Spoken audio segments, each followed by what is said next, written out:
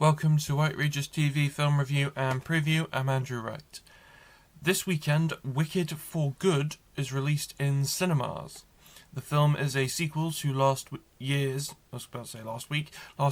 Oscar-nominated Wicked, and stars Ariana Grande, Cynthia Erivo, Jonathan Bailey, and Jeff Goldblum. The film takes place 5 years after the events of the first film, and revolves around the changed relationship between Elphaba and Glinda now that they've embraced their new identities as Dorothy descends on Oz. As Dorothy comes to Oz, so it's the start of the Wizard of Oz story. It's where it all intersects. So the film has received less positive reviews from critics compared to the first film, with the positive reviews claiming that For Good is better than the first film, but a lot of the reviews say that the film is only okay.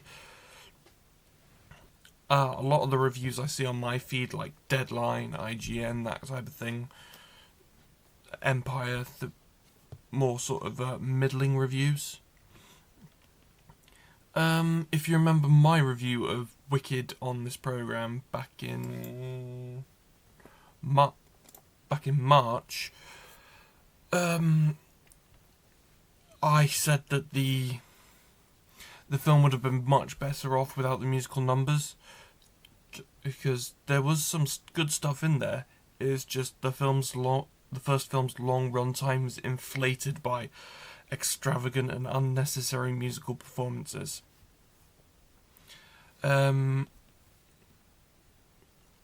Wicked for Good is in cinemas now. Also releasing in cinemas this weekend is Sisu Road to Revenge, a Finnish action film and a sequel to the 2022 film Sisu. The film stars Jorma Tommila, reprising his role from the first film as Atami Korpi, a former Finnish soldier who served in World War II, I believe. I haven't seen the first film, so don't quote yet. I've got the Blu-rays, but do. The film revolves around Korpi attempting to relocate, but finds himself hunted by Soviet forces. So the film also stars Stephen Lang and Richard Brake. The original proved popular with critics and genre fans in America, which led to the sequel happening with 2 American actors involved. So everything with these Sisu films comes down to how the American audience feels about it. Sisu Road to Revenge is in cinemas now. This week, Nobody 2 was released on home video. The film is a sequel to the 2021 original Nobody, and stars Bob Odenkirk, Connie Nielsen, RZA, and Christopher Lloyd reprising their roles from the original, and are joined by John Ortiz, Colin Hanks, and, bizarrely, Sharon Stone. The film revolves around Odenkirk's Hutch Mansell taking his family on vacation, only for him to come into conflict with a local criminal organisation. So I was looking forward to this film because I like the original, and I made sure to rewatch it before watching the sequel, just to confirm that I liked it when I originally saw it in 2021.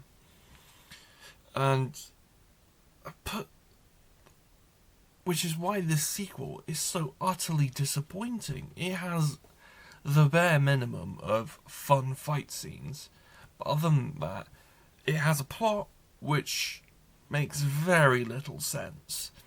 It goes bigger just for the sake of going bigger, like they had more money to spend, so they spent it. On just going bigger. Sharon Stone serves no purpose in the plot. Like she plays a villain, like a villainous character. Like she's the big bad of the film. But her character you could take her out and it'd still be exactly the same. Like, she serves no role in the film. And in some places, the sequel directly rips off things from the original film. And it's a different director who's done the sequel to the original film, so it is a rip-off. It's ripping itself off. I gave the film 2.5 stars out of 5. That's all I have for this week, but be sure to check back next week where I'll be talking about Zootropolis 2. I'll also be reviewing The Conjuring Last Rites on home video, and I forgot to add this to my script, but I'll also be reviewing My Hero Academia You're Next. See you next time.